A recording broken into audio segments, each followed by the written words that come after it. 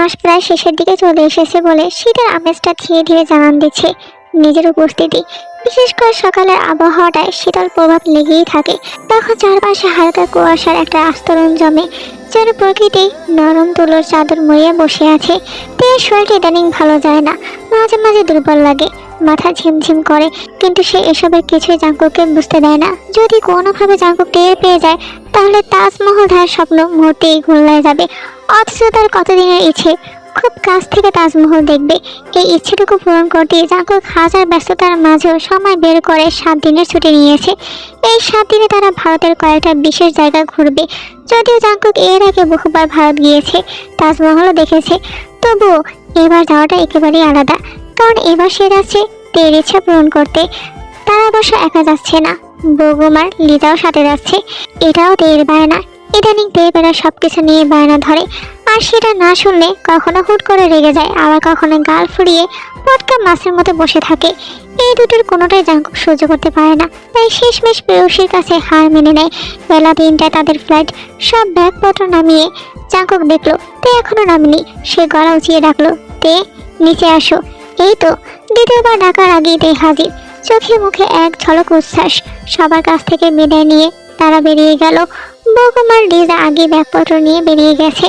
Jungkook তেকে নিয়ে অন্য একটা রাস্তা ধরলো। সেটা বুঝতে পেরে তে প্রশ্ন করলো, এদিকে কোথায় যাচ্ছেন? জাঙ্কুক আর চোখে তাকালো তের দিকে। মেয়েটাকে সে ইদানিং ঠিক মতো সময় দিতে পারছে না, কাজের চাপ অনেক বেড়েছে। অথচ আশ্চর্যের বিষয়, এটা নিয়ে তের কোনো অভিযোগ নেই।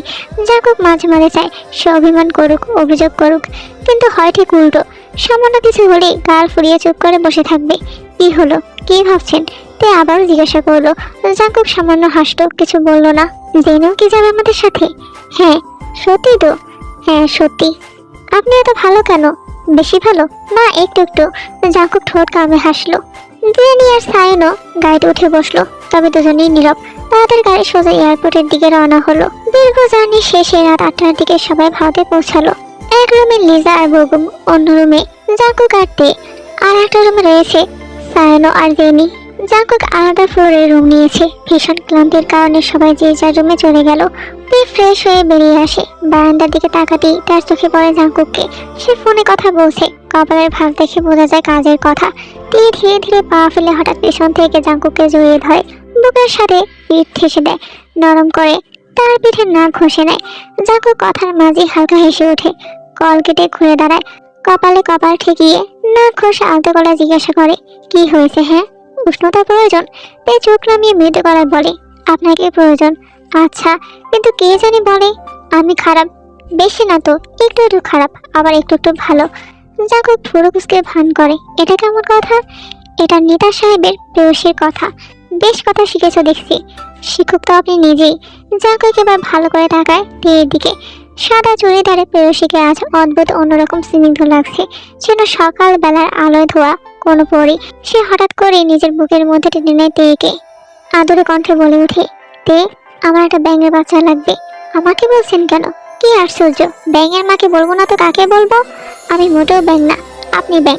জাঙ্কুক হেসে শব্দ করে ওঠে। তে তার কথার মানে স্পষ্টই বলেছে, তবুও কিছু বললো না, শুধু চোখ নামিয়ে মিটমিট করে হাসছে। জাঙ্কুক তার মাথাটা নিজের বুকে শক্ত করে চেপে গভীরভাবে নিঃশ্বাস টেনে বুক ভরে নেয় তের চেনা সুবাস। এইদিকে জেনি আর সাইনোর বিষয়টা আমি ক্লিয়ার করে দিই। জেনিকে তার বাবা মা জোর করে অন্য কোথাও বিয়ে দিতে চেয়েছে, যেখানে জেনি মোটেও সম্মতি প্রকাশ করেনি। আর সেটা তেকে বলা মাত্রই তে জাঙ্কুককে বলে। জাঙ্কুক উপায় না পেয়ে অবশেষে সাইনোকে পাঠার বলি বানায়, অর্থাৎ জেনিকে সাইনোর সাথে বিয়ে দিয়ে দেয়। জেনি এখানে কোনো অসম্মতি প্রকাশ করেনি, কারণ যার সাথে তার বাবা মা বিয়ে ঠিক করেছিল সে ছিল অর্ধবয়স্ক লোক। অ্যাটলিস্ট ওই বৃদ্ধ লোকের থেকে সাইনো ভালো। জেনি রুমে ঢুকে একটু অস্বস্তি বোধ করলো, ঠোঁট কামড়ে রুমের মাঝখানে দাঁড়িয়ে রইলো। সাইনো সেটা বুঝতে পারলো, ফ্রেশ হয়ে একটা বালিশ নিয়ে বলল, আমি বারান্দায় থাকবো, তুমি নিশ্চিন্তে এখানে থাকতে পারো। জেনি কিছু বললো না, সোজা ওয়াশরুমে ঢুকে পড়লো। সাইনো দ্রুত বারান্দায় চলে গেল। দুজনের মাঝখানে বোঝা পড়ার প্রাচীর এখনো অটুট। এই 1 মাসে কেউ কারোর দিকে চোখ তুলে তাকানোর সাহস পায়নি। দুজনে নিজের ভেতর গুটিয়ে আছে। সবাই মিলে সকাল সকাল বেরিয়ে পড়লো তাজমহল দেখার উদ্দেশ্যে। জাঙ্কুকে জোড়াজোড়ি এত ভোরে বের হওয়া তার দাবি, ভোরবেলা তাজমহল নাকি সবচেয়ে স্নিগ্ধ, সবচেয়ে শান্তি লাগে। লিজা অবশ্য সেই স্নিগ্ধতার কোনো কিছু টের পাচ্ছে না। তার চোখ আধ বোঝা, ঘুমে ঢুলুঢুলু করতে করতে হাসছে। ঠিক মতো ভারসাম্য রাখতে পারছে না। বেগম পাশ থেকে তার হাত ধরে রেখেছে, যেন কোনোভাবে হোঁচট না খেয়ে পড়ে যায়। তাদের ঠিক পেছনেই হাসছে জাঙ্কুক কাটতে। এই দৃশ্যটা চোখে পড়তে জাঙ্কুক গলা উঁচু করে চেঁচিয়ে উঠল, লিজা, তোর কি শরীর খারাপ? অন্য সাহারা নিয়ে হাসছিস কেন? এদিকে আয়। লিজার ঘুম একেবারে উধাও হয়ে গেল। বেগম মুখে একরাশ বিরক্তি নিয়ে তাকিয়ে আছে। মনে মনে ভাবছে, এখানে এসব শান্তি নেই। সে কি কোনোদিন শান্তিতে একটু রোম্যান্স করতে পারবে না? এই ব্যাপারটা বুঝতে পেরে তৎক্ষণাৎ কোনো দিয়ে জাঙ্কুকে পেটে গুঁতা দিয়ে ফিসফিস করে বলল, ওরা ওদের মতো ঘুরুক না, আপনি কেন এমন করছেন? জাঙ্কুক ভুরু কুচকে তাকালো। কেমন করেছি? গ্রামের হিটলার ফুপু শাশুড়িদের মতো করছেন। কি? আমি হিটলার ফুপু শাশুড়ি? তাই নির্বিকার কণ্ঠে বলল, এর থেকেও বেশি হিটলারি করেন। আপনার শিরা শিরা হিটলারি। তে আমি রেগে যাচ্ছি কিন্তু। তাই তো খালি এই রাগটাই দেখাতে, নাকি ডগায় রাগ নিয়ে ঘুরে বেড়ান সারাক্ষণ। এটা এই কয়েকদিনের জন্য বাংলাদেশে রেখে আসলে কি হতো? তে এবার সত্যি করে জাঙ্কুকের কণ্ঠে রাগের আভাস দেখা গেল। তে ঠোঁট কামড়ে চুপ করে গেল। না হলে রাগ কোন তঙ্গে উঠবে সেটার কোনো ঠিক নেই। বেগম তাদের দাঁত চেপে ফিসফিস করে বলল, তোর ভাইয়ের মতো এমন হিংসুটে মানুষ আমি জীবনে দুটো দেখিনি। আমি আমার বউ নিয়ে হাসছি, তাতে ওর এত জ্বালা কেন? নিজের বেলা 16 আনা, আমার বেলা 4 আনাও না। লিজা আর চোখে তাকালো বেগমের দিকে, ঠোঁটে চাপা হাসি। আপনি কি কম হিংসুটে? আপনারা দুজনেই এক গোয়ালের গরু। কোন দিক দিয়ে গরু মনে হয় আমাকে? এটা তো কথার কথা, তাই বলে গরু? আপনার কি গায়ে লেগেছে? ঠিক আছে, থলা বিলাই। কি? এটাও পছন্দ হয়নি? সরি বেগম ভাই, সরি, আর বলবো না। কি বললি? আবার বল।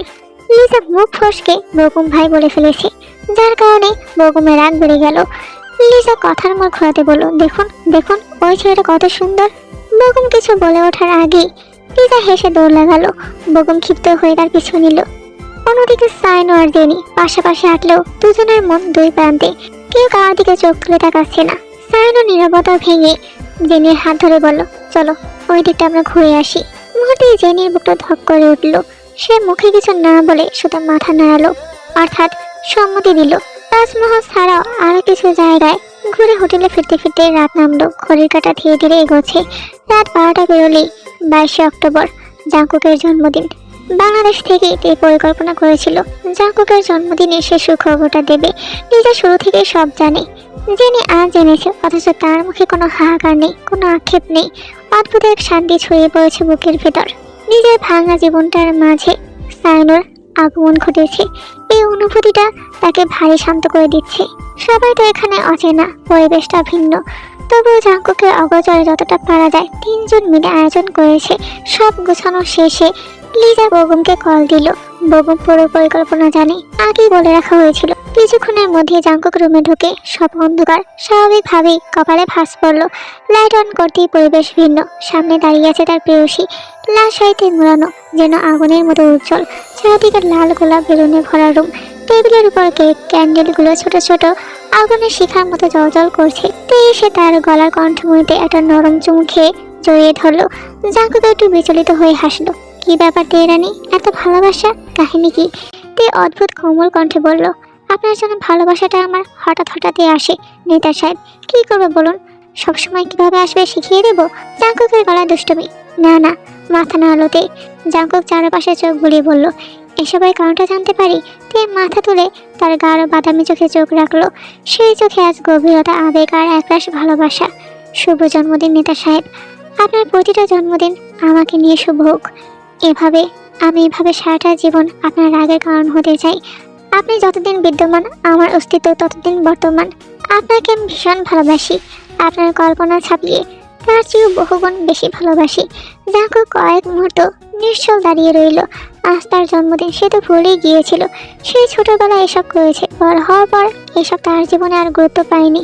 অথচ আজ তার প্রেয়সী সবটা আবার জীবন্ত করে তুলেছে। এসব কখন করলে, কিভাবে? সারপ্রাইজ! পছন্দ হয়েছে আপনার? জাঙ্কুক তাকে টেনে নিয়ে গ্রীবায় মুখ গুজে দিল। ভীষণ পছন্দ হয়েছে। আপনার জন্য একটা সারপ্রাইজ আছে। তীরের কণ্ঠে চাপা কাঁপন। তিনি নিজেকে ছাড়িয়ে তাকে টেনে বসালো। হাতে তুলে দিল একটা লাল বক্স। এটা আপনার উপহার। কি এটা? খুলে দেখুন না। এমন অজানা অনুভূতি ঘিরে ধরলো তাকে। বক্সটা খুলতে গিয়ে খেয়াল করলো তার হাত কাঁপছে। কেন কাঁপছে সে নিজেও জানে না। কম্পিত হাতে বক্সটা খুলতেই চোখে পড়লো আলাদা সোনোগ্রাফির কাগজ আর পাশে রাখা দুই জোড়া ছোট বাচ্চার জুতা। জাঙ্কুক বোবা হয়ে গেল। বাদামি চোখ দুটো অশ্রুতে টলমল করে উঠল। সে চোখের ইশারায় জিজ্ঞাসা করলো, এটা কি সত্যি? তে মাথা নাড়ালো, অর্থাৎ হ্যাঁ। জাঙ্কুকের গলা শুকিয়ে আসছে, নিঃশ্বাস আটকে আসছে, বিশ্বাস করতে পারছে না। তে তার হাঁটুতে বসে খসখসে গালে হাত রেখে ফিসফিস করে বলল, আপনি ব্যাঙের বাচ্চা চেয়েছিলেন না? আপনার দুটো বাচ্চা আসছে, আপনি বাবা হতে যাচ্ছেন নেতা সাহেব। জাঙ্কুক তখনও বোবার মতো বসে। আমি আমি বাবা হব? নিজের কানকেই যেন বিশ্বাস হচ্ছে না। তে দ্বিধায় পড়ে গেল। আপনি খুশি হননি?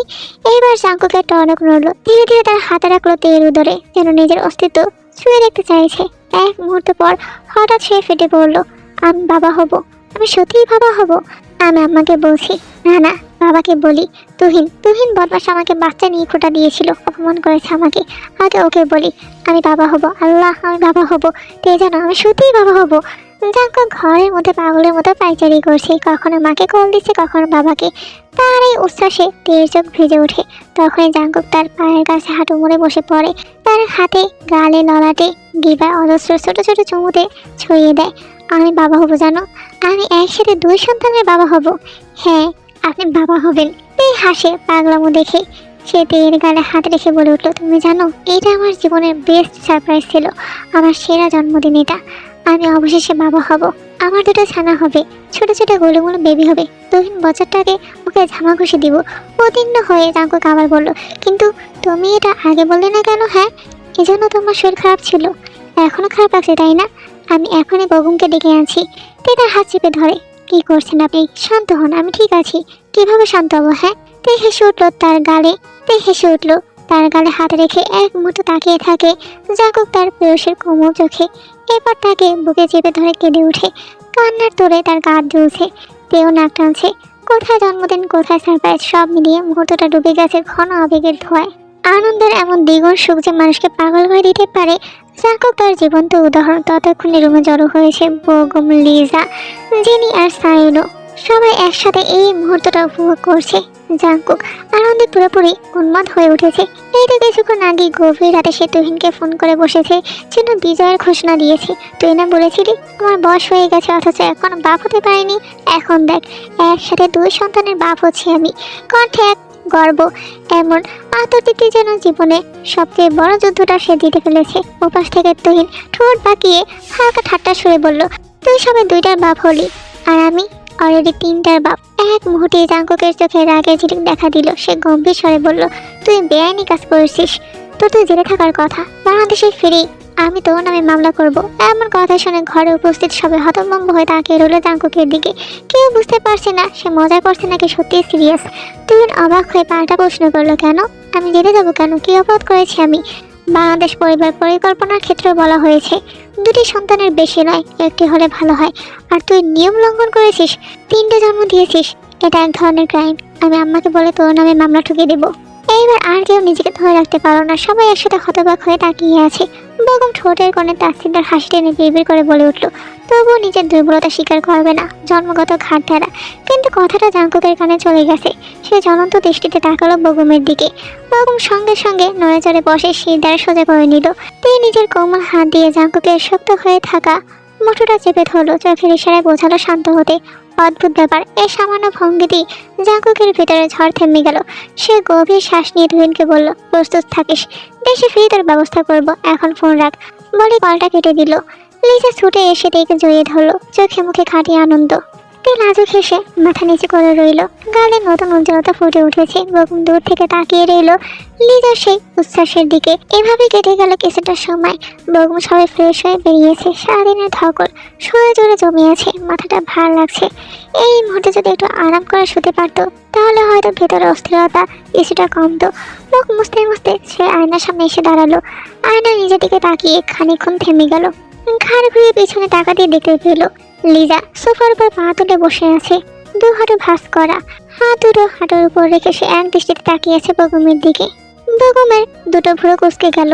একটু দুষ্টমি সয়ে বলল, এভাবে কি দেখছিস? আমার তো লজ্জা করছে নাকি? বলে সে হেসে উঠল। কিন্তু লিজার মুখের দিকে তাকিয়ে বুঝলো সে হাসির মুডে নেই। ঠোঁটের ভেতরটা কামড়ে ধরে আছে, একটু আর চোখে তাকিয়ে আছে। মুখে অদ্ভুত এক জেদ আর অভিমান একসাথে ভর করেছে। কি হয়েছে লিজা, তুই ঠিক আছিস তো? একটু থেমে আবার বলল, শরীর খারাপ লাগছে। বলতে বলতে কপালে হাত রাখলো, কিন্তু দেখলো তাপমাত্রা স্বাভাবিক। তবুও অস্বস্তি কাটলো না তার। চোখে চোখ রেখে জিজ্ঞাসা করলো, কি হয়েছে, কি ভাবছিস আমাকে বল। লিজা ঠোঁট ফুলিয়ে বলল, আমিও বেবি চাই। এক মুহূর্তের জন্য বেগম স্থির হয়ে গেল। কথাটা বুঝতে তার কয়েক সেকেন্ড সময় লাগলো। চোখে বিস্ময় নিয়ে তাকিয়ে রইল সে। লিজা আবারও বলে উঠল, আমি একটা বেবি চাই, আমারও বেবি লাগবে। বেবি দিয়ে তুই কি করবি? মানুষ বেবি দিয়ে কি করে? এত কিছু আমি জানি না, আগে তুই বড় হ, তারপর এসব নিয়ে ভাবা যাবে। লিজার সঙ্গে সঙ্গে প্রতিবাদ করলো, আমি ছোট। বেগম মাথা নেড়ে বলল, ছোট না তো কি, দিনে 4 কদম হাঁটতে 3 কদমে উষ্টা খেয়ে পড়ে যাস। আগে নিজেকে সামলাতে শিখ, বেবি টেবির কথা পরে হবে। আপনি এমন কেন বেগম ভাই? আমি ভেবেছিলাম আপনি খুশি হবেন এই কথা শুনে। মুহূর্তে বেগমের মুখের রং বদলে গেল। ফর্সা মুখটা হালকা লাল টকটকা হয়ে গেল। সে একটু ঝুঁকে লিজার মুখের কাছে এসে বলল, প্রথমত বেগম ভাই বলতে বারণ করেছিলাম। একটু থেমে আবার গম্ভীর কণ্ঠে বলল, দ্বিতীয়ত তুই এখনো ছোট, তোর শরীর এখনো এত বড় দায়িত্ব নেওয়ার মতো তৈরি হয়নি। আমি তোকে নিয়ে কোনো ঝুঁকি নেব না। লিজা ঠোঁটে ঠোঁট চেপে তাকিয়ে রইল কিছুক্ষণ। এবার তোরজন্য দিয়ে বেগমের বুক ঠেলে শুয়ে দিল। লিজা উঠে গিয়ে বিছানায় চাদর মুড়ে দিল। কণ্ঠ উঁচু করে বলল, আপনি সোফায় থাকবেন, খবরদার আমার কাছে আসবেন না। একটু থেমে আবার যোগ করলো, আমি তো এখনো ছোট, যেদিন বুঝবেন আমি বড় হয়েছি সেদিন আসবেন। বেগম ঠোঁট কামড়ে হেসে ফেললো। লিজার এই অভিমানী স্বভাবের ব্যাপারে সে অবগত। ছোটবেলা থেকে রাগ অভিমান করলে এভাবেই চাদরের নিচে লুকিয়ে পড়ে। অবশ্য এখন দিলে আবার সব ভুলে যায়। বেগম ধীরে এসে পেছন থেকে লিজার কোমর টেনে নিজের সাথে মিশিয়ে নিল। কানের কাছে মুখ নিয়ে কণ্ঠ নিচু করে বলল, আমি বলেছি বাবুর আম্মু হওয়ার মতো বড় হসনি, কিন্তু বাবুর আব্বুকে সামলানোর মতো বড় হয়েছিস তুই। লিজা চাদরের ভেতর থেকেই বলল, দূরে থাকেন। বেগম আরও কাছে ঘেসে এলো। খাড়ি থুতনি ঠেকিয়ে বলল, সম্ভব না। কেন সম্ভব না? কারণ তুমি আমার অস্তিত্বে মিশে আছো, আলাদা হওয়া সম্ভবই না। লিজা সরে যেতে চাইলো, কিন্তু পারলো না। বেগম তাকে ছাড়লো না, বরং পুরোপুরি আষ্টে পিষ্টে জড়িয়ে ধরলো, যেন এই অলিঙ্গনে সব অভিমান গলে যাবে। সূর্য তখন ঠিক মাথার উপর। বেলা অনেকটাই গড়িয়ে গেছে, অথচ রোদের তেজ তেমন নেই বললেই চলে। হালকা নরম এক উষ্ণতা চারপাশ জড়িয়ে আছে। শীতের প্রভাবেই হয়তো এমন শান্ত রোদ। জাঙ্কুক একটু আগে বেরিয়েছিল, এখন হাতে খাবারের প্যাকেট নিয়ে ঘরে ঢুকতেই চোখে পলতেই নেই। মুহূর্তে বুকের ভেতর একটা টনটনে ব্যথা জেগে উঠলো। অজান্তে দুশ্চিন্তা চেপে ধরলো তাকে। টেবিলের উপর প্যাকেটগুলো রাখতে রাখতে গলা উঁচু করে ডাকলো, তে, এই তে। কোনো সাড়া নেই। আসলে তে তখন বারান্দার দোলনায় গুটিসুটি হয়ে বসে আছে। পা দুটো দোলনার উপর তুলে হাঁটুতে চিবুক ঠেকিয়ে রেখেছে। দৃষ্টি আটকে আছে অদূরে সাদা মার্বেলের তাজমহলের দিকে। এখান থেকে সেটাকে বেশ স্পষ্টই দেখা যায়। অনেকক্ষণ ধরেই সেখানে তাকিয়ে আছে। রোজিকে তার বাবা খুলনা নিয়ে গেছে, আর যাওয়ার পর থেকেই রোজির সাথে তের কোনো কন্ট্যাক্ট নেই। তাদের মধ্যে যোগাযোগ নেই বললেই চলে। লিজা, তে আর জেনি সবভাবেই চেষ্টা করেছে রোজির সাথে কন্ট্যাক্ট করার, কিন্তু তাদের আর যোগাযোগ সম্ভব হয়নি। শেষমেশ তে জেদ ধরেই জাঙ্কুককে বলেছে রোজির খোঁজ নিয়ে দিতে। জাঙ্কুককে ওয়াদা করেছে নেবে। এখন শুধু বাংলাদেশে ফেরার অপেক্ষা। তের ভাবনার মাঝে জাঙ্কুকের ডাক শুনতে পেল। তের সঙ্গে সঙ্গে পা নামিয়ে সোজা হয়ে বসলো, কারণ জাঙ্কুক দেখলে আবার শুরু করবে, এভাবে বসে আছে কেন, বেবিদের কষ্ট হয়, এই ভঙ্গিতে বসে যাবে না। আর কি কি বলবে তারও হিসেব নেই। কার রাত থেকে জাঙ্কুকের এই অতিরিক্ত সচেতনতা, পাগলামো দেখতে দেখতে দেখলাম তো, তাই বুদ্ধি করে তাকে একটু বাইরে পাঠিয়েছিল। পায়না ধরেছিল সে ইন্ডিয়ান দোসা খাবে। উদ্দেশ্য একটাই, জাঙ্কুক বাইরে গেলে সে একটু নিজের মতো করে হাঁটাচলা করতে পারবে। এমনিতেই তো ঘরবন্দি, তার উপর যদি নড়াচড়া বন্ধ থাকে তাহলে তো নিঃশ্বাস আটকে আসবে। তে জাঙ্কুকের ডাকে সাড়া দিল, এই তো এখানে আমি। তের কণ্ঠ শুনেই জাঙ্কুক বারান্দার দিকে এগিয়ে এলো। চোখে মুখে উৎকণ্ঠার সামনে গিয়ে তার কোমল 2 গাল হাতে রেখে বলল, কি হয়েছে, শরীর খারাপ লাগছে? বেগমকে কল করবো নাকি ডাক্তারের কাছে যাবে? তে শুধু না সোজা মাথা নাড়লো। জাঙ্কুক ফের জিজ্ঞাসা করলো, তাহলে খিদে পেয়েছে? আবারও মাথা নাড়লো তে। এবার জাঙ্কুকের 2 ভ্রুর মাঝখানে গভীর ভাঁজ পড়লো। একটু আগেই তো বলে খিদে পেয়েছে, আমি খাবার নিয়ে এলাম, এখন বলছো খিদে নেই? তে কিছু বললো না, শুধু উদাস দৃষ্টিতে তাকিয়ে রইল। জাঙ্কুক আর কিছু না বলে তাকে তুলে নিয়ে দোলনায় বসালো। তারপর তেকে আলতো করে নিজের কোলের ভেতর বসিয়ে নিল। নরম কণ্ঠে জিজ্ঞাসা করলো, মন খারাপ? একটা গভীর নিঃশ্বাস ছেড়ে তে বলল, আচ্ছা নিতার সাহেব, আমি যদি কখনো চিরতরে হারিয়ে যাই আপনি কি খুব বেশি কষ্ট পাবেন? নির্লিপ্ত স্বরে জাঙ্কুক উত্তর দিল, কষ্ট পাওয়ার প্রশ্নই আসে না। যেখানে তুমি নেই সেখানে এ জাঙ্কুকও নেই। তাহলে তোমাকে হারানোর কষ্ট অনুভব করারও কেউ নেই। ভালোবাসেন আমাকে? কি মনে হয় বাসি? আপনি বলেন। জাঙ্কুক ধীরে ধীরে হাতে রাখলো তের উদরে। অনুভব করতে চাইলো দুটো জীবনের স্পন্দন। কানের কাছে ফিসফিস করে বলল, আমার অস্তিত্ব বহন করছো, আর কত প্রমাণ চাও? তে ঠোঁট ফুটিয়ে বলল, আপনার একার না, আমারও। জাঙ্কুক হেসে ফেললো, একটু নিচু হয়ে তার নাকের ডাগায় আলতো চুমু খেয়ে বলল, হ্যাঁ তোমারও। তো এবার পুরোপুরি নিজের ভার ছেড়ে দিল জাঙ্কুকের বাহুতে। আদরে বিড়ালের মতো কয়েকবার নাক ঘষে আবার সামনে তাকালো, দৃষ্টি গিয়ে পড়লো তাজমহলের দিকে। সে মাথা তুলে জাঙ্কুকের মুখোমুখি হয়ে বলল, ভালোবাসা জিনিসটা কত অদ্ভুত, তাই না? মমতাজের কোনো অতুলনীয় রূপ ছিল না, তবুও শাহজাহানের হৃদয়ে তার জন্য গভীর টান জন্মেছিল। সেই টানই পরিণত হয়েছিল নিখাত ভালোবাসায়। মৃত্যুর পরও সেই ভালোবাসা এখনও কমেনি, বরং আরও গভীর হয়েছিল। এই মানুষটাকে ভালোবেসে তার স্মৃতিকে অমর করে রাখতে শাহজাহান গড়ে তুলেছিলেন গোটা এক তাজমহল। এটা ভাবতেই আমার মনটা ভালো হয়ে যায়। এই কথা শুনে জাঙ্কুকের ভেতর কোথাও একটা ঈর্ষা জেগে উঠল, কপাল শক্ত হয়ে গেল। একটু ঝাঁঝালো কণ্ঠে বলল, চাইলে আমি এমন মহল বানাতে পারি, কিন্তু আমি চাই না কেউ আমাদের ভালোবাসা নিয়ে মন্তব্য করুক। তে বিভ্রান্ত হয়ে তাকালো। মানে? জাঙ্কুক গম্ভীর হয়ে বলল, প্রতিদিন তাজমহল দেখতে হাজার মানুষ ভিড় করে, সবাই ভালো মন্দ কত কি বলে। আমি চাই না আমাদের ভালোবাসা নিয়ে কেউ কিছু বলুক। ভালোবাসা হচ্ছে গোপন ব্যাপার স্যাপার, যত গোপন থাকবে ততই ভালো। মানুষের নজর লাগলে তার জোর কমে যায়। আমি আবার নজরে বিশ্বাস করি। আমি চাই না তোমার প্রতি, আমাদের ভালোবাসার প্রতি কারো বদ নজর লাগুক। তাই হা করে তাকিয়ে রইল। সে কি বলেছে আর এই মানুষটা কি বুঝেছে? এটা আবার কেমন যুক্তি? এটা জীবন জাঙ্কুকের যুক্তি। ফার্দার আমার ভালোবাসার তুলনা করলে তোমার খবর করে ছাড়বো। কথাটা মস্তিষ্কে বসিয়ে নাও জানো। আপনি আসলেই খারাপ। তুমি আমার ফিমেল ভার্সন। বজ্জাত বেটা, তুমি ওটার ফিমেল ভার্সন। তে এবার প্রচন্ড ক্ষিপ্ত হয়ে জাঙ্কুকের বাহুতে দাঁত বসিয়ে দিল। জাঙ্কুক চোখ মুখ খিচে নিল ব্যথায়। ছোটবেলায় কি দিয়ে দাঁত মারছিলে বলো তো? তোমার দাঁতাতে জোর কেন? ছাই দিয়ে মারতাম। কি?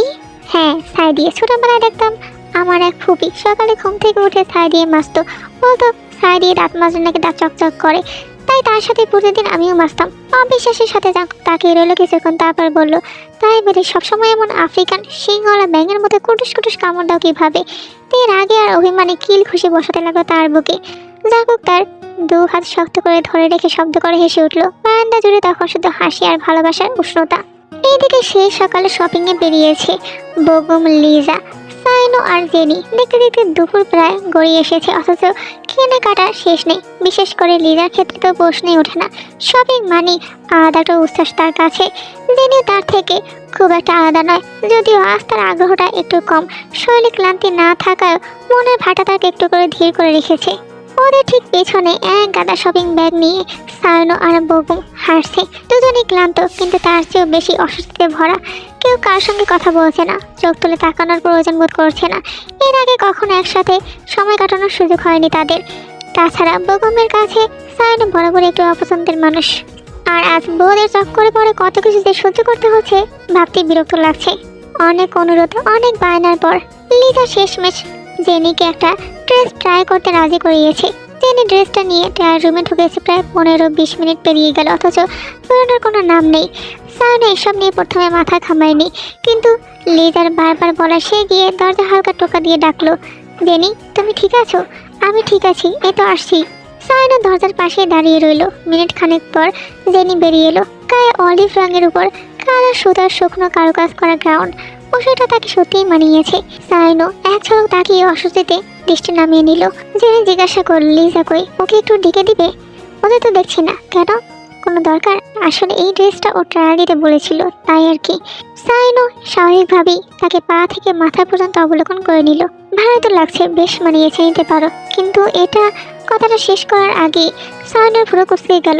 জেনি তার দৃষ্টিতে অস্বস্তি টের পেয়ে নিজের ভেতরে গুটিয়ে গেল। মনে মনে ভাবলো, তাকে এতটা খারাপ লাগছে নাকি খুব বেশি ভালো লাগছে। সে আমতামতা করে জিজ্ঞাসা করলো, কিন্তু কি? সায়নো চারদিকে একবার চোখ বুলিয়ে পরিস্থিতি বুঝে নিল।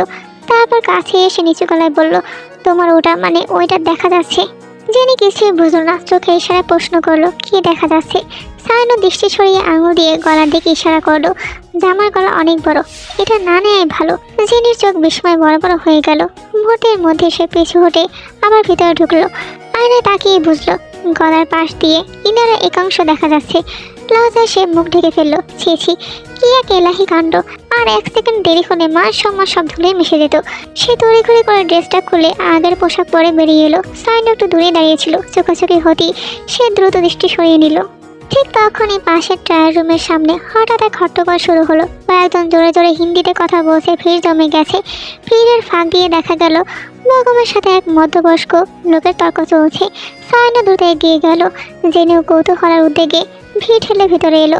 বেগম কর্কশ গলায় চেঁচাচ্ছে, আরে মশাই, আমার বউয়ের সাথে আমি কি করব না করব তা আপনাকে জিজ্ঞাসা করে করতে হবে, নিজের লিমিটে থাকেন। জেনে বৃদ্ধ লোকের কথা শুনে বুঝতে পারলো বেগম গিয়েছিল লেডিস ট্রায়াল রুমে, আর এই জন্য সবাই বেশ রেগে আছে। জেনি লিজাকে খোঁচা দিয়ে বলল, বেগম ভাই সত্যি সত্যি ট্রায়াল রুমে? আমার এখন আর বিশ্বাস হচ্ছে না, তোরা প্রেম করার আর জায়গা পেলি না? লিজা লজ্জা লাল হয়ে গেল, ওনাকে শুধু আমার জামার জিপার খুলে দিতে রাখছিলাম, কিন্তু কি থেকে কি হয়ে গেল। ওই বুড়ো লোক আর বুড়ো মহিলা বেশি বাড়াবাড়ি করছে। মেয়ের হাউসে উৎসবের ঢেউ লেগেছে, হাসি ঠাট্টা কোলাহল সব মিলে অনেকদিন পর বাড়িটা আবার প্রাণ ফিরে পেয়েছে। জাঙ্কুক সহ ইন্ডিয়া থেকে আর সবাই ফিরে এসেছে। ওদের আসলে আর 7 দিন থাকার কথা ছিল, কিন্তু দেশ শৈলের কথা ভেবে জাঙ্কুক আর এক মুহূর্ত দেরি করতে রাজি নয়, একদিনও না। সেদিকে নিয়ে সামান্যতম ঝুঁকি নিতে নারাজ। শেষমেশ সবার ইচ্ছের অনুরোধে গিয়ে সিদ্ধান্তটা নিতে হয়েছে। এই ভিড়ের মাঝে তাহের কিছুক্ষণ জেনের দিকে চেয়ে রইল, এক ধরনের দীর্ঘশ্বাস লুকানো চাহনি। তারপর হতভাগার মতো মুখ করে তের কানের কাছে এসে ফিসফিস করে বলল, আমার কপালে তো পোড়া কেন রে? আমি যেই মেয়ের সাথে সেটেল হতে চাই সেই মেয়ের বিয়ে হয়ে যায়। এই প্রেমহীন নিরামিষ জীবন দিয়ে আমি কি করব? আমার একটু বিষ দে, খাই মরে যাই। তোর কপালে মেয়ে কেন? ওই বিষটাও জুটবে না। দেখ, খোসা দিস না, তুই অসুস্থ বলে ভাবিস না, আর পেয়ে যাবি। তোর পোলাপাইন দুনিয়ায় আসলে এক একটার হোগার উপর থাপ্পড় দিব। আর জাঙ্কুক তোকে ছেড়ে দিবে। তাহাই সামান্য নড়ে চড়ে জাঙ্কুকের দিকে তাকালো, তাকিয়ে বুঝে গেল জাঙ্কুক যেন আগুন ছুটছে চোখ দিয়ে। তার মুখ ফুসকে বেরিয়ে এলো, বাপরে, সত্যি সত্যি শুনে ফেললো নাকি? তুই আবার ফিসফিস করে বলল, আমি বলবো তুই কি বলেছিস? নিজে পারস না, এখন জামাই নিয়ে আমার সাথে ঝগড়া করতে নামতে চাস? সময় যেন নিঃশব্দে নিজের পথে চলেছে। দেখতে দেখতে 5টা মাস কিভাবে পেরিয়ে গেল কেউ তা টের পেল না। শীতের কুয়াশা ধীরে ধীরে মিলিয়ে প্রকৃতিতে নেমে এসেছে বসন্তের ছোঁয়া। চারপাশে এখন আর হাড় কাঁপানো ঠান্ডা নেই, বরং বাতাসে এক ধরনের কোমলতা। বাইরে মৃদু ঝিরঝিরে হাওয়া বইছে, যা শরীর ছুঁয়ে মন পর্যন্ত পৌঁছে যাচ্ছে। ঘন অন্ধকার আকাশে 2-1টা তারা ঝিলমিল করে জ্বলছে, তাদের আলো খুব ক্ষীণ, তবুও চোখে পড়ে। বারান্দার রেলিংয়ে ভর দিয়ে লিজা অনেকক্ষণ ধরে আকাশের দিকে তাকিয়ে রইল। চোখে কোনো মুগ্ধতা নেই, নেই বিস্ময়, দৃষ্টিতে শূন্য, ভাবনাগুলো এলোমেলো। ঠিক তখনই পেছন থেকে হঠাৎ কোমল এক অলিঙ্গনে আবদ্ধ হলো তার অস্থির দেহটা। লিজা মুহূর্তে বুঝে গেল কে এসেছে। সে কোনো প্রতিক্রিয়া দেখালো না, শুধু চোখ দুটো বন্ধ করে নিল। কণ্ঠ ভারী হয়ে এলো, ভাষা জড়িয়ে গেল অশ্রুর চাপে। কেন এসেছেন? তার কণ্ঠে ক্লান্তি আর অভিমানের মিশেল। আমি তো বলেছি আমার থেকে দূরে থাকবেন, তাহলে কেন বারবার একই ভুল করেন? কেন কাছে আসেন? যাব না আমি আপনার সাথে, আপনি চলে যান। বেগম তার হাতের বাঁধন আরো শক্ত করলো, যেন সে জানে এভাবে না ধরলে লিজা আবার নিজেকে গুটিয়ে দূরে সরে যেতে চাইবে। কানের কাছে ঝুঁকে ভাঙা নরম সুরে ফিসফিস করে বলল সে, আর কত লিজা, কত শাস্তি দিবে আমাকে? আর কত দূরে দূরে থাকবে আমার কাছ থেকে? তুই কেন বুঝতে চাইছিস না? আমি যা করছি তোর ভালোর জন্যই করেছি। লিজা নাক টেনে বলে উঠল, আমি কি এখন ভালো আছি না বলুন? বেগম তাকে আলতো করে নিজের দিকে ঘুরে নিল, 2 হাত দিয়ে তার মুখটা ধরে তাক করলো নিজের দিকে। চোখে চোখ রেখে খুব শান্ত স্বরে বলল, শোন লিজা, যদি আমি তখন তোর অ্যাবর্শন না করাতাম তাহলে আজ তুই আমার সামনে থাকতিস না। না থাকলেই তো ভালো হতো। বেগমের কণ্ঠ ভারী হয়ে গেল, আমাকে রাগাস না, তুই ভালো করেই জানিস তখন তোর শরীরের অবস্থা কী ছিল। বেবি ক্যারি করা তোর জন্য কতটা রিস্কের ছিল। অ্যাক্সিডেন্টলি যা হওয়ার হয়েছিল, কিন্তু তাই বোন আমি তোকে হারিয়ে কাউকে পৃথিবীতে আনতে চাইনি। ওই বেবিটাকে জন্ম দিতে গেলে তুই থাকতিস না, বেবিটাও না, তখন আমার কি হতো একবার ভেবেছিস? লিজা সব জানে, সব বোঝে, যুক্তি বাস্তবতা সবই তার জানা, তবু কেন জানে এই কঠিন নির্মম সত্যটা তার হৃদয় মেনে নিতে পারে না। মাত্র 9 সপ্তাহে একটা ভ্রূণ, তবুও তার জন্য বুকের ভিতরে একটা টান জন্ম নিয়েছে, যা সে নিজেও ব্যাখ্যা করতে পারে না। একটপিক প্রেগনেন্সির কারণে তাকে জোর করে অ্যাবর্শন করাতে হয়েছিল। চিকিৎসার দিক থেকে সেটাই ছিল একমাত্র সঠিক সিদ্ধান্ত, কিন্তু হৃদয়কে চিকিৎসা বোঝে, হৃদয়তে শূন্যতাই অনুভব করে। লিজা নিজেকে সামলাতে পারে না, সে বেগমের বুকে মাথা ঠেকিয়ে হাওয়া করে কেঁদে উঠল। বেগম তাকে শক্ত করে বুকে জড়িয়ে ধরলো, জেনে এই অলিঙ্গনে সব কষ্ট আটকে রাখতে চায়। কপালে মাথা একের পর এক চুমু রেখে ধীরে স্বরে বলল, কেন এত মন খারাপ করছিস বল? কেন কাঁদছিস? এখন তো তুই পুরোপুরি ঠিক আছিস। আমরা আবার ট্রাই করব, আল্লাহ চাইলে একদিন তুই বাবুর আম্মু হবি আর আমি বাবুর আব্বু। একবার সমস্যা হয়েছে তো কি হয়েছে, পুরো জীবন তো এখনো পড়েছে আমাদের সামনে। আপনি ইচ্ছে করে সব করেছেন, আপনি কখনই বেবি চাইতেন না। বেগম জানে এই কথাগুলো অভিমান থেকে বলা, তবুও সে কোনো প্রতিবাদ করলো না। সব অভিযোগ নীরবে নিজের কাঁধে তুলে নিল। লিজা নিজেকে ছাড়িয়ে নিতে চাইল, কিন্তু বেগমের বাহু তাকে আরো দৃঢ়ভাবে আঁকড়ে ধরলো। এই যন্ত্রণার মাঝেও আমি তোর সাথে আছি, এই শূন্যতা তোর একার না, আমি থাকবো এই শূন্যতার মধ্যে। তোমরা নিশ্চয়ই বুঝতে পেরেছো বগম আর লিজার কাহিনীটা। এই কয়েক মাসই লিজা প্রেগনেন্ট হয়ে গিয়েছিল, আর এই মাঝে লিজার অ্যাবর্শনও করা হয়েছে। তাই তাদের মাঝে মান অভিমান। এদিকে জাংকুক, সে কখন থেকে চাদর মুড়িয়ে বসে আছে, পুরোপুরি নয়, এমনভাবে ঢেকে রেখেছে যেন প্রয়োজনে একটু ফাঁক ফোকর দিয়ে তাকানো যায়। কিন্তু সমস্যা হলো সেই ফাঁক ফোকর দিয়ে তাকানোর চেষ্টা করলে বিপদ। সাথে সাথেই তেল বমি ভাব শুরু হয়ে যায়। জাংকুক বুঝতে পারে না তার সাথেই কেন এমন হয়। আজ 3 দিন ধরে এই কাণ্ড। তাই খাবার খাওয়ার সময় জাংকুকের মুখ দেখলেই ওয়াকটা নেই, অথচ এই 7টা মাসে তো এমন কিছু হয়নি, সব ঠিকঠাকই চলছিল। তাহলে হঠাৎ করে এমন কেন? চাদরের নিচে বসে বিড়বিড় করে উঠল জাংকুক, এটা আবার কেমন হরমোনাল সমস্যা আজব। আমার চেহারা কি এতই খারাপ হয়ে গেছে? এই দৃশ্য দেখে তার চাচি আর জেমিন নিজেদের ধরে রাখতে পারলো না, দুজনই হেসে উঠল। তেকে রাতে খাওয়াতে এসেছিলেন তারা। এতদিন এই দায়িত্বটা জাংকুকের সামনেছে, কিন্তু এই 3 দিন ধরে তে জাংকুকের সামনে খেতে পারছে না, তাই বাধ্য হয়ে তিনি উপরে উঠে আসছেন। খাবার শেষ হতেই ন্যান্সি জেমিনের দিকে তাকিয়ে বলল, জেমিন এগুলো নিয়ে যা, আমি থেকে ওষুধ দিয়ে আসছি। জেমিন টেনে নিয়ে বেরিয়ে গেল। ন্যান্সি নিজ হাতে তেকে ওষুধ খাইয়ে দিল। তারপর উঠে যেতে যেতে জাংকুকের দিকে তাকিয়ে হাসি মুখে বলল, আমি যাচ্ছি, তের খাওয়া শেষ, এবার চাদর সরাতে পারিস। এই বলে তিনি হেসে ঘর থেকে বেরিয়ে গেলেন। জাংকুক ধীরে ধীরে মুখ থেকে চাদর সরালো, চোখে একটা রাগ, অভিমান আর অসহায়ত্ব মিশে তাকালো তের দিকে।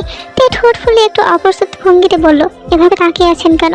জাংকুক উঠে তের পাশে এসে বসলো, কণ্ঠে রাগ আর অভিমান। তাকাবো তো কি করব? আমি কি করছি? আমি করছি নাকি আপনার বাচ্চারাই তেমন করছে? জাংকুক ফোঁস করে একটা দীর্ঘ শ্বাস ছাড়লো। ধীরে ধীরে তের ওদের হাতে রাখলো, কণ্ঠে এবার রাগ নেই, শুধু দুশ্চিন্তা। তে, আমার খুব চিন্তা হচ্ছে, ওরা এখনই এমন করছে, পৃথিবীতে আসার পর কি করবে? তে হালকা হেসে ফেললো। জাংকুক আরো কিছুক্ষণ ওর পেটে হাত রেখে বসে রইল, কান পেতে বাচ্চাদের নড়াচড়া অনুভব করার চেষ্টা করলো। এই সময়টুকুতে সে একদম শান্ত। হঠাৎ তে ডাকলো, নেতা সাহেব। তখন জাংকুক তের কোলে মাথা রেখে শুয়ে আছে, চোখ বন্ধ রেখে জবাব দিল, হ্যাঁ, আমাকে নিয়ে বেরোবেন? তের কণ্ঠে অনুনয়, অনেকদিন বাইরে যাই না, আমার রাতের শহরটা একটু ঘুরে দেখার ইচ্ছে, চলুন না। জাংকুক বিদ্যুতের গতিতে উঠে বসলো, চোখ কপালে তুলে বলল, মাথা খারাপ? এতদিনে নিয়ে যায়নি, এখন নিয়ে যাব? নিজের অবস্থা দেখেছো? তার সাথে সাথে ঠোঁট চেপে ধরলো, স্পষ্ট বোঝা যাচ্ছে সে রেগে আছে। কিন্তু জাংকুক এমন মানুষ না যে এসব দেখে গলে যাবে। যে মানুষটা তাকে সামান্য নিচতলা যেতে দেয় না, সে কি তাকে রাতের বেলা শহরে ঘোরাবে? প্রশ্নই আসে না। কিন্তু সমস্যা হলো তেও এখন হাত ছাড়ার পাত্রী না, ইদানিং সে অদ্ভুত অদ্ভুত বায়না ধরেছে। এই তো সেদিন মাঝরাতে হঠাৎ ছাদে যায় বলে জেদ ধরেছে, শেষমেশ জাংকুক ছাদে নিয়ে যেতে বাধ্য হয়েছে। আয়াদের শেষ সাথে পান্তা খাবে বলে উঠে বসলো। জাংকুক উপায় না পেয়ে নিজে ইউটিউব দেখে রান্না করেছিল, ফলাফল খাওয়ার অযোগ্য। পরে ন্যান্সি উঠে এসে রান্না করে দিয়েছে, আর আজ আবার বাইরে যাওয়ার বায়না। তে গাল ফুলিয়ে বসে আছে, চোখে একরাশ জেদ। শেষমেশ জাংকুককে হার মানতেই হলো প্রেয়সীর আবদারের কাছে। রাত 1টা নাগাদ তারা বাইরে বের হলো। শুধু জাংকুক আর তে নয়, সাথে বৌকুমার লিজাও আছে। লিজা ইদানিং মনমরা হয়ে থাকে, তাই জাংকুক ইচ্ছে করে ওদের সাথে নিয়ে নিয়েছে। ভাবছে পরিবেশ বদলালে হয়তো মনটা একটু ভালো হবে। এটাই শেষ না, সায়নাকে ফোন করে জেনিকে নিয়ে আসতে বলেছে। সবাই একসাথে থাকলে লিজার মনটা ভালো হবে, হয়তো আবার স্বাভাবিক হয়ে উঠবে তার বোনটা। সবাই মিলে রাতে শহরে বেরিয়ে পড়েছে। রাতের নিস্তব্ধতা পুরোপুরি নামেনি, রাস্তাগুলো প্রায় ফাঁকা। মাঝে মধ্যে 2-1টা গাড়ি, মোটরসাইকেল কিংবা দূরে হর্নের ক্ষীণ শব্দ কানে আসে। জাংকুকের গাড়ি ধীর গতিতে এগোচ্ছে, স্টিয়ারিংয়ে 2 হাত শক্ত করে রাখা, চোখ সোজা সামনে রাস্তার দিকে। পাশে বসে তে জানালার কাছে কপাল ঠেকিয়ে বাইরে তাকিয়ে আছে। শহরের আলো আধারের ভিতরে কেমন একটা অদ্ভুত শান্তি খুঁজে বেড়াচ্ছে সে।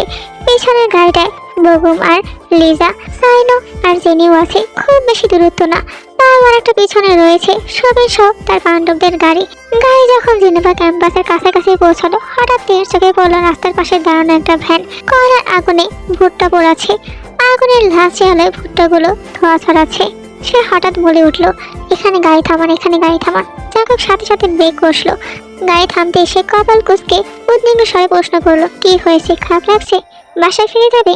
তে আঙুল তুলে রাস্তার পাশে ভ্যানটার দিকে দেখালো, আমি ভুট্টা পোড়া খাবো, এনে দিন। জাংকুক এবার ভ্যানটার দিকে তাকালো, মুখটা শক্ত হয়ে গেল। কর্কশ কণ্ঠে বলল, এসব আনহেলদি সাইপাস খাবার তোমার খেতে হবে না, আমি তোমাকে অন্য কিছু দিচ্ছি। এর সঙ্গে সঙ্গে চোখ বড় বড় করে বলল, না, আপনার বেবিরই এটা খাবে। জাংকুক কপাল চেপে ধরলো, সে জানে এই মুহূর্তে নিষেধ করে লাভ নেই। কিছুক্ষণ চুপ করে থেকে কঠোর স্বরে বলে উঠলো, ঠিক আছে, এখানে চুপচাপ বসে থাকবে, আমি যাবো আর নিয়ে আসবো। অতঃপর জাঙ্কুক সকল ইচ্ছা পূরণ করলো। শুধু ফুডটাই খায়নি সে আইসক্রিম খেয়েছে, সাথে সাথে অনেকগুলো আচারও নিয়ে নিয়েছে নিজের সাথে। এদিকে জেনি আর সাউন্ডের মধ্যে সম্পর্কটা আগের থেকে বেশ ভালো হয়েছে। দেখতে দেখতে কেটে গেল এভাবে কয়টা মাস। এর মধ্যে রোজিও খুলনা থেকে পালিয়ে এসেছে সবিনের কাছে। জাঙ্কুক সুযোগ বুঝে তাদের বিয়েটাও দিয়ে দিয়েছে।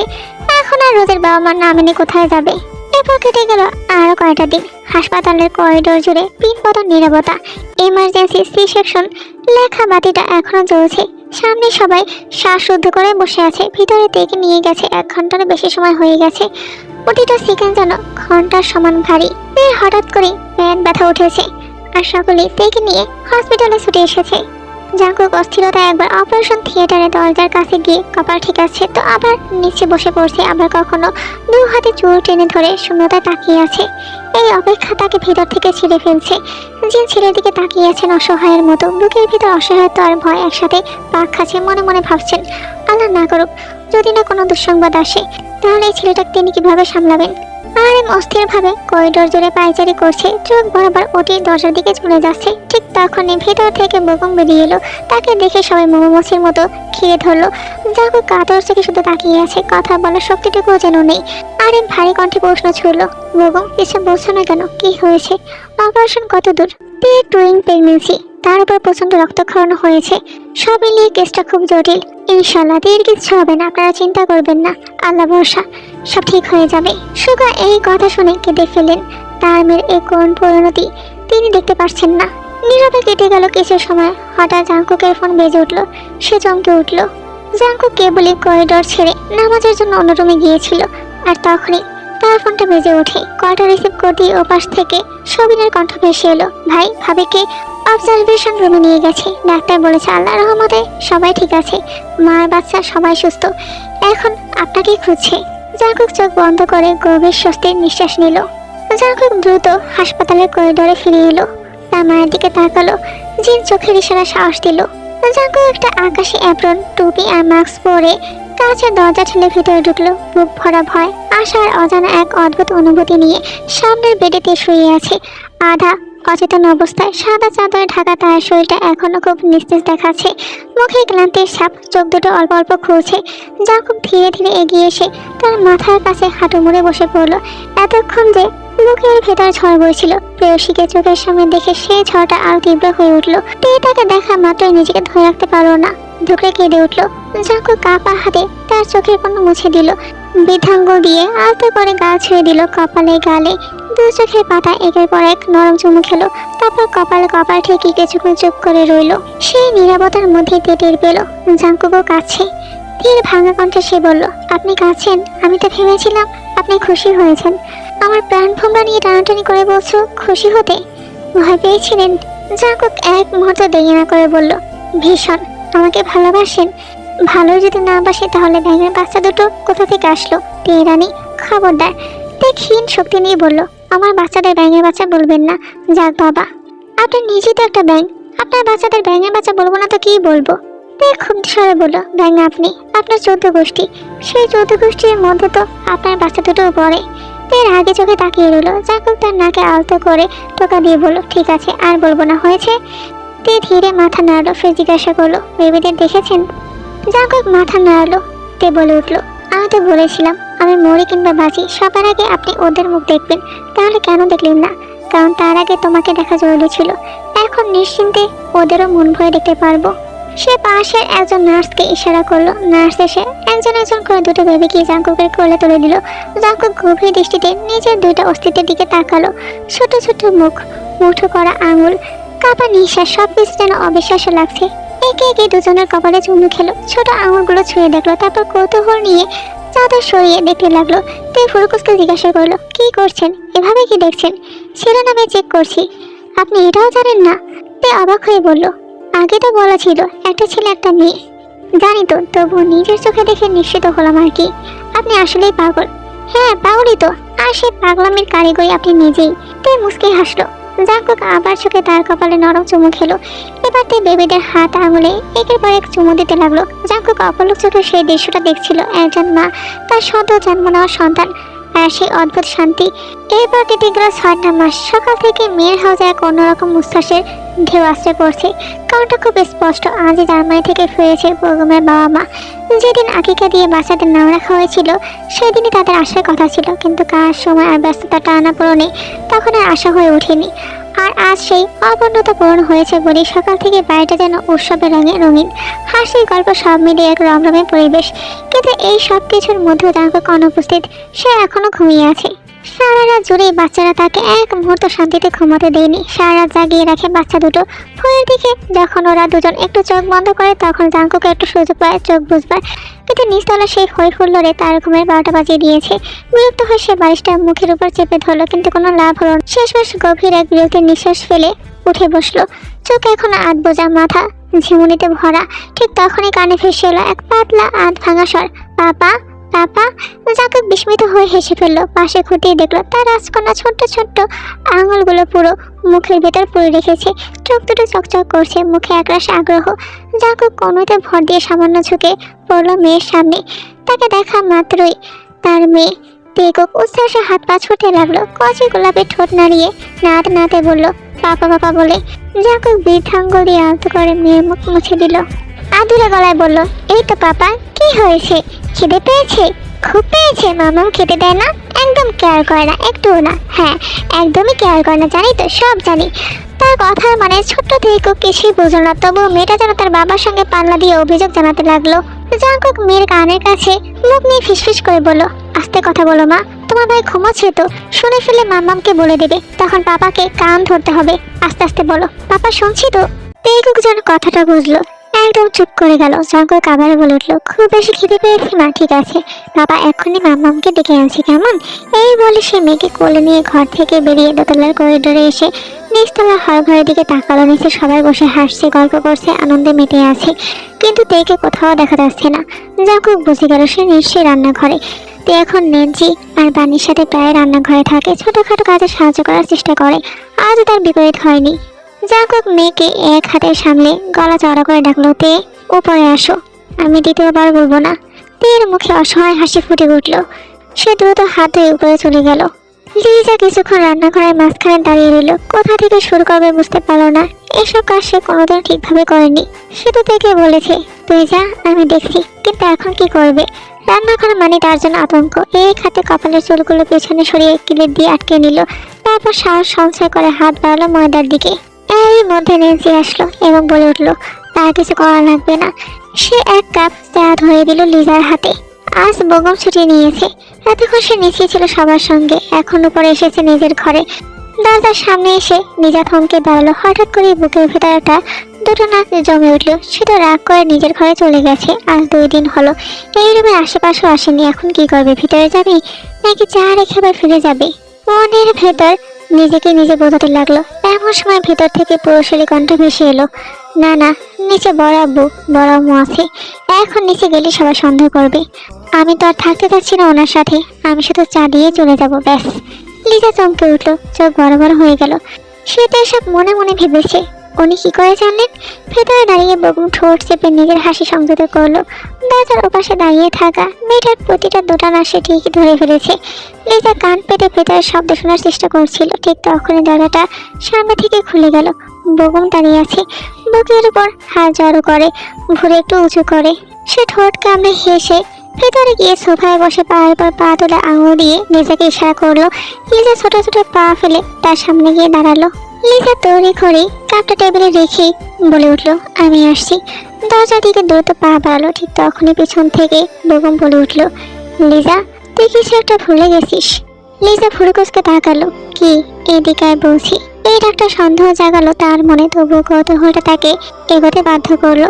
সে মাত্র 2 কদম এগিয়েছে, এই মধ্যে বেগম হঠাৎ টেনে তাকে নিজের কোলে বসিয়ে নিল। কানের কাছে ঝুঁকে ফিসফিস করে বলল, আদর দিতে ভুলে গেছিস।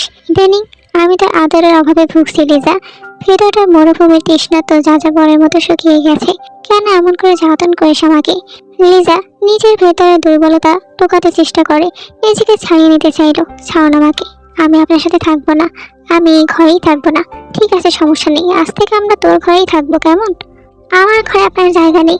আমার অন্যায় কি আপনি ভুলে গিয়েছেন? ওই যে ওই মেয়েটা। কোন মেয়েটা? এখন না জানার ভান করছেন। ছাড়ুন আমাকে। পারবো না, পারবো না আমি ছাড়তে তোকে। তুই যা করার করে নে, প্রয়োজনে আমাকে মেরে ফেল, তবুও আমি ছাড়বো না। সবাই নিচে আসে, ছাড়ুন না প্লিজ। কি হয়েছে? এখন সবাই জানে তুই আমার বউ। আমি আপনার কেউ না। আপনি আমাকে ভালোবাসেন না। কে বললো ভালোবাসি না? প্র্যাকটিক্যালি দেখাই। লিজা চমকে উঠলো। এই না, এখন না। তাহলে কখন? রাতে। রাতে তুই আসবি না? আমি যাবো তোর ঘরে। এবার লিজা নিজেকে ছাড়িয়ে উঠে বসলো। চোখের কোণ দিয়ে তাকালো, আবার দ্রুত দৃষ্টি সরিয়ে নিল, তবে কিছু বললো না। এই নীরবতাই বেগমের জন্য যথেষ্ট ছিল। সে হালকা হাসলো। ঠিক আছে, আমিই যাব। একটু থেমে আবার বলে উঠলো, একটা কাজ করিস, তোর যাবতীয় জিনিসপত্র প্যাক করে রাখিস। আমি 7 দিনের ছুটি নিয়েছি। আমরা কাল সকালের ফ্লাইটে সুইজারল্যান্ড যাব। সুইজারল্যান্ড? আপনি কি করে জানলেন? সুইজারল্যান্ড তো আমার ড্রিম কান্ট্রি। তোর পছন্দ অপছন্দ ছোটবেলা থেকেই আমি জানি। আর এটা জানবো না? আমি যতদিন বেঁচে আছি তোর স্বপ্নগুলো পূরণ করব। তুই শুধু আমার হয়ে থাকা আজীবন। আমার তাতেই চলবে। আমি তো আপনারই হয়ে থাকবো। শুধু তার বিনিময়ে আমাকে প্রতিদিন চকলেট এনে দিলেই হবে। লিজার কথা শুনে বেগম তৃপ্তির হাসি হাসলো। এদিকে বাবা হওয়ার ভাটা কাঁধে পড়ার পর থেকে জাঙ্কুকের জীবনযাত্রা বদলে গেছে। আগে সে নির্বিকার সময়সূচি আর নেই। এখন প্রতিটা দিনই কাজ শেষ করার একটাই তারা, যত দ্রুত সম্ভব বাড়ি ফেরা। কারণ বাইরে তার জন্য অপেক্ষা করে থাকে দুটো ছোট্ট প্রাণ, চাতক পাখির মতো চেয়ে থাকে দরজার দিকে। বাবা ফিরবে এই আশায়। মেয়ের হাউসের পেছনের আঙিনা দিয়ে নিঃশব্দে ভিতরে প্রবেশ করলো জাঙ্কুক। সঙ্গ দিয়েছে তার 2 বান্ধব। তে তখন বাচ্চাদের নিয়ে নিস্তলাতেই আছে। বাড়ির সবাই 2 ছানাকে ঘিরে ব্যস্ত। এই ব্যস্তটাকে কাজে লাগালো জাঙ্কুক। সোজা নিজের ঘরের সামনে এসে দাঁড়ালো। দ্রুত মই লাগিয়ে বিলকনি পেরিয়ে ভিতরে ঢুকলো সে। সময় খুব বেশি নেই, যতটা সম্ভব কম সময়ের মধ্যে ঘরটাকে একটু সাজালো। নিখুঁত না, লুকিয়ে চড়িয়ে যতটুকু করা যায় ততটুকুই। সব শেষ করে আবার আগের পথ দিয়ে নিচে নামলো। এইদিকে তে তার বোন যিশুর সাথে ফোনে কথা বলছিল। ঠিক তখনই মূল দরজা দিয়ে জাঙ্কুক ভিতরে ঢুকে। তে বোনের থেকে বিদায় নিয়ে ফোন রেখে দিল। জাঙ্কুক তার দিকে তাকিয়ে এক চোখ টিপে ইশারা করলো, কিন্তু সে মুখ গম্ভীর করে ন্যাচের পাশে গিয়ে দাঁড়ালো। জাঙ্কুক বুঝে গেল প্রেয়সী ঘোর অভিমান করেছে। সে করুক, মানিয়ে নিতে তার সময় লাগবে না। কিন্তু তাই বলে এমন অবহেলা? ঠিক তখনই পাপা পাপা বলে তার বাচ্চারা তার কাছে গেল। জাঙ্কুক এক গাল হেসে এগিয়ে গিয়ে দুজনকে কোলে তুলে নিল। তারপর তাদের গালে হামি দিতে লাগলো। দুজনেই বাবার বুকের সঙ্গে একেবারে লিপটে গেছে। সারাদিন পর এই আশ্রয়টা যে কতটা দরকার ছিল। বাচ্চাদের কোলে নিয়ে সিঁড়ি বেয়ে উপরে উঠতে উঠতে ডেকে উঠলো, তে উপরে আসো। আজ 2বার ডাকতে হয়নি তাকে। জাঙ্কুকের সাথে পা মিলিয়ে উপরে উঠে এলো। দরজার সামনে এসে জাঙ্কুক থামলো, চোখের কোণে তাকালো প্রেয়সীর দিকে। তীর গাল ফুলে আছে এখনো, ঠোঁট দুটো শক্ত করে চেপে রাখা। স্পষ্ট বোঝা যাচ্ছে অভিমান এখনো কাটেনি। জাঙ্কুক ইচ্ছে করে হালকা মেজাজে প্রশ্ন করলো, কি হয়েছে? পটকা মাছের মতো হাফ করে আসো কেন? আপনি খুব খারাপ। আমি আপনার সাথে থাকবো না। আব্বুকে বলবো আমাকে সে যেন নিয়ে যায়। থাপড়ায় চেহারা নকশা পাল্টাই দিব বজ্জাত বেরি। সাহস কি করে হলো এই কথা বলার? কিছু বলছি না বলে দিন দিন সাহস বেড়ে যাচ্ছে, তাই না? তে আর এক মুহূর্তে দাঁড়ালো না, ফুসতে ফুসতে দরজা ঠেলে ভিতরে ঢুকে গেল। তে ভিতরে পা রাখতেই থমকে গেল। পুরো ঘর জুড়ে মৃদু আলোয় টিমটিম করে জ্বলছে অসংখ্য হলদে ক্যান্ডেল। চারপাশে উষ্ণ নরম এক আবহ। মেঝেতে লাল গোলাপের পাপড়ি ছড়িয়ে তৈরি করা পথ সোজা সজ্জা পর্যন্ত শেষ হয়েছে। সে ধীরে ঘাড় গিয়ে তাকালো জাঙ্কুকের দিকে। বিস্ময়ে কণ্ঠে অবিশ্বাস। আপনার মনে ছিল আজ আমার বার্থডে? ভুলে যাওয়ার মতো কোনো কারণ তো দেখছি না। এসব কখন করলেন? বড়টা কি খুব জরুরি? তে মাথা নাড়ালো। জাঙ্কুক ধীরে ধীরে এগিয়ে এলো খুব কাছে, এতটাই কাছে যে তার চিবুক তেল ললাট ছুঁয়ে ছুঁয়ে করছে। আচমকে কণ্ঠস্বর বদলে গেল। তে একটা আবদার রাখবে? আজকে আমার জন্য একটু লাল শাড়ি পরবে। অনেকদিন লাল শাড়িতে দেখি না তোমায়। তে কিছুক্ষণ চুপ করে রইল। পরক্ষণে সে আলমারি থেকে লাল শাড়ি বের করে সে হাতে তুলে নিয়ে ওয়াশরুমে চলে গেল।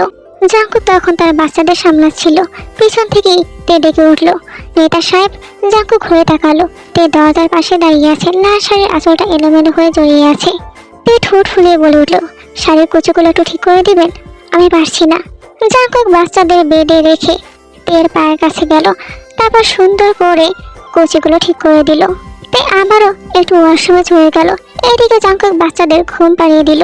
তে ওয়াশরুম থেকে বেরোতেই জাঙ্কুক তেকে নিজের কোলে তুলে নিল। অতি সন্ধিপর্ণে বেডে শুয়ে দিল। তারপর নিজের বক্ষের স্থলে টেনে নিল তের মাথাটা। তের গাল লজ্জায় লালচে হয়ে উঠল। সে কিছু বলল না, শুধু তার নিজের নেতা সাহেবের বুকে মুখ লুকিয়ে নিল। এই আশ্রয়টা তের ভীষণ পছন্দের, ভীষণ শান্তির। জাঙ্কুক তের পুরো মুখশ্রীতে নিজের ভালোবাসা পরশ এঁকে দিল। বিড়ালের মতো গুটিসুটি হয়ে বুকের সাথে লেপ্টে রইল, চুপচাপ আদর খেয়ে যাচ্ছে। জাঙ্কুক তের অধরে নিজের অধরের স্পর্শ দিয়ে নেশাময় স্বরে বলে উঠল, তুমি প্রেয়সী, তুমি শ্রেয়সী, বলো কোন রূপে তোমার ভালোবাসি, যে রূপেই থাকো সে রূপেই মরি প্রেয়সী, তুমি যে বড়ই সর্বনাশী। আর এই গল্পের সমাপ্তি এখানেই। যাক, অবশেষে সবার মিল হলো। আর তোমাদের এই গল্পটা কেমন লেগেছে অবশ্যই কমেন্ট করে জানাবে।